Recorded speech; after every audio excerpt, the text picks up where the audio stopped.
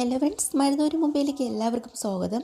അങ്ങനെ രോഹിത്ത് ഹരിയുടെ വാക്കും കേട്ടിട്ട് അലീനെ ഒന്ന് വളച്ചാൽ കൊള്ളാമെന്ന് വിചാരിക്കുക. ആ സമയത്താണ് അലീന ഡ്രസ്സൊക്കെ എടുക്കാൻ വേണ്ടിയിട്ട് നനച്ചിട്ടതെല്ലാം എടുക്കാനായിട്ട് നമ്മുടെ രോഹിത്തിൻ്റെ റൂമിൻ്റെ അടുത്തുള്ള ബാൽക്കണിയിലേക്ക് ചെല്ലുന്നത്. അവിടെ ചെന്നിട്ട് തുണികളെല്ലാം എടുത്ത് അകത്തേക്ക് കയറി വരുമ്പോൾ തന്നെ രോഹിത്ത് പേടിച്ച് അടുത്തേക്ക് ചെന്നിട്ട് അലീന എന്ന് വിളിക്കുന്നുണ്ട് കേട്ടോ. എന്താ എന്താ കാര്യം? രോഹിത്തിന് എന്താ വേണ്ടത്? അല്ല, ഞാനത് വേറെ എൻ്റെ തുണികൾ എന്തെങ്കിലും കയ്യിലുണ്ടോ, അതാ ചോദിക്കാൻ വന്നത്. ആ, കാണുമല്ലോ, ഏതാ നോക്കിക്കോ, എടുത്തോ എന്നും പറഞ്ഞിങ്ങനെ നീട്ടുക. ആ തുണികളിൽ ഒന്ന് രണ്ടെണ്ണം ഇങ്ങനെ തപ്പിപ്പറക്കി എടുക്കുന്നെങ്കിലും അലീന ചോദിക്കുക, എന്തേ ഇതിനകത്തില്ലേ?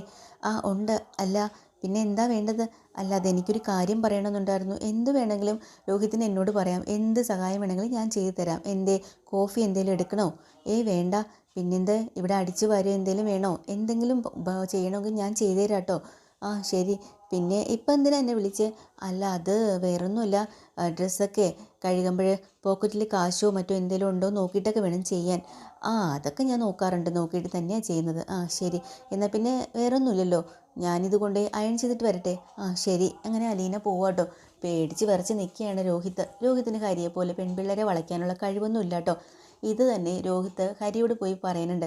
അവരൊരു കൊളക്കടവിൻ്റെ അരിവിൽ നിന്നിട്ട് സംസാരിക്കുമ്പോൾ ഹരി പറയാം, അയ്യേ നാണം കെട്ടവൻ, നീ എന്ത് പരിപാടിയാടാ കാണിച്ചത്? ഇത്രയും നല്ലൊരു അവസരം വന്നിട്ട് നീ അവളുടെ കൈക്കെങ്കിലും ഒന്ന് കയറി പിടിച്ചുകൂടായിരുന്നോ? എടാ, എനിക്കതിനൊന്നും പറ്റത്തില്ല. അവളെ കാണുമ്പോൾ തന്നെ ഒരു വല്ലാത്തൊരു ഇന്നസെൻസ് ഫീൽ ചെയ്യും എനിക്ക്. പാവം, അവളാണെങ്കിൽ വീട്ടിൽ എന്തൊക്കെ ജോലിയാണ് ചെയ്യണമെന്നറിയോ, എല്ലാം ചെയ്തു തരും. പിന്നെ ഇന്നാളൊരു ദിവസം റൂമിൽ വന്നപ്പോൾ തന്നെ എനിക്ക് കോൾഡ് പോലെ, ഞാൻ വയ്യാത്ത പോലെ കാണിച്ചല്ലോ, ചായയൊക്കെ ഇട്ടുകൊണ്ട് വരികയും ചെയ്തു. അപ്പോഴത്തേക്കും അവൾ എന്താ ചെയ്തതെന്നറിയോ, ഇവിടെ നിറച്ച് പൊടി പിടിച്ച് കിടക്കുന്നുണ്ടാ, പനിയും അതും ഇതൊക്കെ വരുന്നതെന്നും പറഞ്ഞുകൊണ്ട് അവിടെ എല്ലായിടും തൂത്ത് തുടച്ച് വൃത്തിയാക്കിയിട്ടാണ് പോയത്. അങ്ങനെയൊക്കെ നോക്കുമ്പോൾ എനിക്ക് ഇങ്ങനെ മോശമായിട്ട് അവളോട് പെരുമാറാൻ തോന്നുന്നില്ല എന്ന് പറയുമ്പോൾ ഹരി പറയാണ്, എടാ പോട്ടാ, നീ എന്ത് പരിപാടിയാണ് നീ കാണിക്കുന്നത്? നിന്നെ പറഞ്ഞിട്ട് കാര്യമില്ല. ഇത്രയും നല്ല ഒരുത്തി വീട്ടിൽ നിന്നിട്ട് നിനക്ക് അവളെ വളച്ചെടുക്കാൻ കഴിയുന്നില്ലേ? എന്ത് പണിയാടാ നീ കാണിക്കുന്നത് എന്നൊക്കെ പറഞ്ഞ് കളിയാക്കുക കേട്ടോ. അല്ലെങ്കിൽ തന്നെ ഒരു സദ്യ മുന്നിൽ വിളമ്പി വെച്ചിട്ട് അതൊന്നും തൊട്ട് നിൽക്കാൻ പോലും പറ്റുന്നില്ല എന്ന് വെച്ചാൽ അതാ ഇപ്പം നിൻ്റെ അവസ്ഥ. എന്തായാലും ഞാനൊരു ദിവസം അങ്ങോട്ട് വരുന്നുണ്ട്, ഞാൻ കാണിച്ചു തരാം എങ്ങനെയാണ് അവളോട് പെരുമാറേണ്ടതെന്ന് എന്നൊക്കെ ഇങ്ങനെ പറയാം. അത് കഴിഞ്ഞ് ഹരി എന്തായാലും വീട്ടിലേക്ക് ചെല്ലാൻ തീരുമാനിച്ചിട്ടുണ്ടോ. അന്ന് കൃഷ്ണ പഠിത്തമൊക്കെ കഴിഞ്ഞ് വന്ന് കൃഷ്ണയും ബബിത ഒരുമിച്ചാണ് വരുന്നത് കേട്ടോ. വന്ന പാടെ കൃഷ്ണയ്ക്ക് നല്ല സുഖമില്ലാത്തതുകൊണ്ട് സെറ്റിൽ കയറി കിടക്കുകയാണ്. അലീനക്കുട്ടി ചോദിക്കുന്നുണ്ട്, എന്താ മോളെ, എന്ത് പറ്റി? എനിക്ക് തീരെ വയ്യ, കോൾഡാന്ന് തോന്നുന്നു. നെറ്റിയിലേക്ക് കൈ വയ്ക്കുമ്പോൾ തന്നെ നല്ല ചൂടുണ്ട്. അയ്യോ, പനിയുണ്ടല്ലോ മോളെ, ഞാനൊരു ചുക്ക് കാപ്പി ഇട്ടുകൊണ്ട് വരാം കേട്ടോ. അപ്പോഴാണ് ബബിത അങ്ങോട്ട് വരുമ്പം ബബിതയോടും പറയുന്നുണ്ട് അലീന, കൃഷ്ണയ്ക്ക് പനിയാ. ഓ, അതിനിപ്പോൾ ഞാൻ എന്താ വേണ്ടത്? അല്ലെങ്കിലും ഇവൾക്ക് ഇടയ്ക്കിടയ്ക്ക് ഇങ്ങനെ കള്ള പനിയൊക്കെ വരാറുണ്ട് എന്ന് പറഞ്ഞൊരു നിസ്സാരം പോലെ അങ്ങ് പോവുക. അപ്പോൾ അലീന അത് നോക്കി അന്തം വിട്ട് പോവാട്ടോ. എന്നിട്ട് പറയാം, സാരമില്ല മോള് വിഷമിക്കാതെ, ഞാനിപ്പോൾ തന്നെ എടുത്തിട്ട് വരാമെന്ന് പറഞ്ഞ് അകത്ത് പോയി ചുക്ക് കാപ്പിയൊക്കെ എടുത്തിട്ട് വരാം കേട്ടോ. വന്ന് കൃഷ്ണയ്ക്ക് കൊടുക്കുന്നുണ്ട്. എന്നിട്ട് ബാമെടുത്ത് നെറ്റിയിലെല്ലാം പുരട്ടി കൊടുക്കുകയും ചെയ്തിട്ട് കൃഷ്ണനോട് പറയാം, മോൾ ഇവിടെ റെസ്റ്റ് എടുക്കുന്നു. അങ്ങനെ അവിടെ കിടത്തുകയാണ് കൃഷ്ണ. അങ്ങനെ തന്നെ യൂണിഫോം പോലും മാറാതെ ഹാളിലെ സെറ്റിയിൽ കിടക്കുക. എന്നിട്ട് അടുക്കളയ്ക്ക് ജോലിയുണ്ടല്ലോ, ചായയൊക്കെ ഇട്ട് കൊടുക്കാമല്ലോ എന്നും പറഞ്ഞ് നേരെ അകത്തേക്ക് പോവാണ്. ഈ സമയത്ത് ഹരി അവിടെ വരുന്നുണ്ട്. വരുമ്പോൾ തന്നെ അകത്ത് ഹാളിലും ആരെയും കാണുന്നില്ല കേട്ടോ. പതുങ്ങി നിൽക്കുകയാണ്. അപ്പോഴാണ് അടുക്കളയിൽ ചെറിയൊരു ശബ്ദം കേൾക്കുന്നുണ്ട്. അലീന കിച്ചണിൽ തന്നെ കാണുമെന്ന് വെച്ചിട്ട് പതിയെ കിച്ചണിലേക്ക് പോവുക. അലീന അങ്ങോട്ട് തിരിഞ്ഞ് നിൽക്കുമല്ലേ, പുറകിൽ വരുന്ന ആളിനെ കാണുന്നില്ല. ഹരി മിണ്ടാണ്ട് തൊട്ട് പിറകെ പോയി നിൽക്കുന്നതും അലീന പേടിച്ച് വരച്ച് കയ്യിരുന്ന പാത്രമൊക്കെ താഴെ പോവാട്ടോ. അലീനയ്ക്ക് അങ്ങ് ദേഷ്യം വരുന്നുണ്ട്. അപ്പോൾ ഹരി ചോദിക്കുകയാണ്, എന്താ പേടിച്ച് പോയോ? പിന്നെ അല്ലാണ്ട് പേടിക്കില്ലേ? നിങ്ങൾ എന്ത് പരിപാടിയാണ് കാണിച്ചത്? ഇതാണോ മര്യാദ? ആ, മര്യാദ? ഞാൻ നിനക്കൊരു സർപ്രൈസ് തരാമെന്ന് കരുതി. ഇതാണോ സർപ്രൈസ്? ഇങ്ങനെയൊക്കെയാണോ കാണിക്കേണ്ടത്? ആ, പിന്നെ നിന്നെ ഒന്ന് കാണാൻ കൂടിയിട്ടാണ് ഞാനിങ്ങോട്ട് വന്നത് എന്ന് പറഞ്ഞാൽ അലീന, എനിക്ക് ആരെയും ഒന്നും കാണുകയും സംസാരിക്കുകയും ഒന്നും വേണ്ട എന്ന് പറഞ്ഞ് തിരിഞ്ഞ് നിൽക്കുമ്പോൾ പോക്കറ്റിൽ നിന്ന് ഒരു സ്വർണ്ണം വാങ്ങിയതിൻ്റെ കവർ എടുക്കുക കേട്ടോ ഹരി. എന്നിട്ട് വെച്ച് നീട്ടുന്നുണ്ട്. നീ ഇങ്ങോട്ട് നോക്കിയേ, ഇതൊന്ന് നോക്കിക്കേ, എനിക്കൊന്നും കാണണ്ട, എനിക്കിവിടെ ജോലിയുണ്ട്, മര്യാദയ്ക്ക് നിങ്ങൾ പോകുന്നുണ്ടോ? അപ്പോൾ ഹരി പറയാം, അങ്ങനെ പറഞ്ഞാൽ പറ്റില്ലല്ലോ, ഇങ്ങോട്ട് തിരിഞ്ഞ് നോക്കടി എന്ന് പറഞ്ഞാൽ കയ്യിൽ കയറി പിടിക്കുക കേട്ടോ. വിടാനാ പറഞ്ഞത് തന്നെ, എന്നെ കൈ വിട് എന്ന് പറഞ്ഞ് കുതറി മാറുന്നുണ്ട് അലീന. എന്നിട്ട് ചോദിക്കുന്നുണ്ട്, എന്താടി നീ ഇങ്ങനെയൊക്കെ പെരുമാറണ എന്നോട്? നിനക്ക് എന്തെങ്കിലും ഒരു വിലയുണ്ടോ? ഞാൻ ഈ വാങ്ങിക്കൊണ്ടുവന്നിട്ട് നീ എന്തെങ്കിലും വില കൽപ്പിക്കുന്നുണ്ടോ? അതാ എനിക്ക് നിന്നോട് ചോദിക്കാനുള്ളത്. നിനക്ക് എന്ത് വിലയാണ് ഉള്ളത്? കൈതക്കൽ മാളിക്കയിൽ കുടുംബത്തിലുള്ളവനല്ലേ നീ? എന്നിട്ടും നീ എന്ത് തരികിട പണിയായി കാണിക്കുന്നത്? മേലിൽ എന്നോട് ഇങ്ങനെയുള്ള പരിപാടിയായിട്ട് വന്നേക്കരുത്, മര്യാദ പൊക്കോ എന്ന് പറയാം. അപ്പോൾ തന്നെ ഹരിക്ക് നല്ല ദേഷ്യമാവും കേട്ടോ. അപ്പോൾ ഹരി പറയുന്നുണ്ട്, ദേ ഞാനേ രാത്രി ഇവിടെ തന്നെ ഉണ്ടാവും, ഞാൻ വരും. ഇതിപ്പം നിനക്ക് തരാനുള്ളതല്ല, ഞാൻ ആ സമയത്ത് നിൻ്റെ വിരലിലിട്ട് തരുമെന്ന് പറയാം. ഓ അപ്പോൾ രണ്ടും കൽപ്പിച്ചാണ് വന്നേക്കുന്നതല്ലേ? ദയവ് ചെയ്ത് എന്നെ ഒന്ന് വെറുതെ വിടൂ, എന്നെ ജീവിക്കാൻ അനുവദിക്കുക. ഞാൻ നിങ്ങൾക്കൊന്നും ഒരു ശല്യത്തിന് വരുന്നില്ലല്ലോ. എനിക്കതൊന്നും കേൾക്കണ്ട. ഇന്ന് രാത്രി ഞാനത് നിൻ്റെ വിരലിലിട്ട് തരും, അപ്പോൾ ബാക്കി എന്നൊക്കെ പറഞ്ഞിട്ടാണ് പോകുന്നത് കേട്ടോ. അലീനയ്ക്ക് നല്ല ദേഷ്യവും വരുന്നുണ്ട്. അപ്പോൾ എന്നിട്ട് അവിടുന്ന് പോയ ഹരി നേരെ കൃഷ്ണയുടെ റൂമിലേക്ക് പോവുക. കൃഷ്ണ കുട്ടിയാണല്ലോ, അവൾ സ്ലീവ്ലെസ് ഡ്രസ്സൊക്കെ ഇട്ടിട്ട് സുന്ദരിയായിട്ട് ഇരുന്ന് പഠിക്കുക. അത് കാണുമ്പോൾ ഹരിക്ക് സഹിക്കില്ല.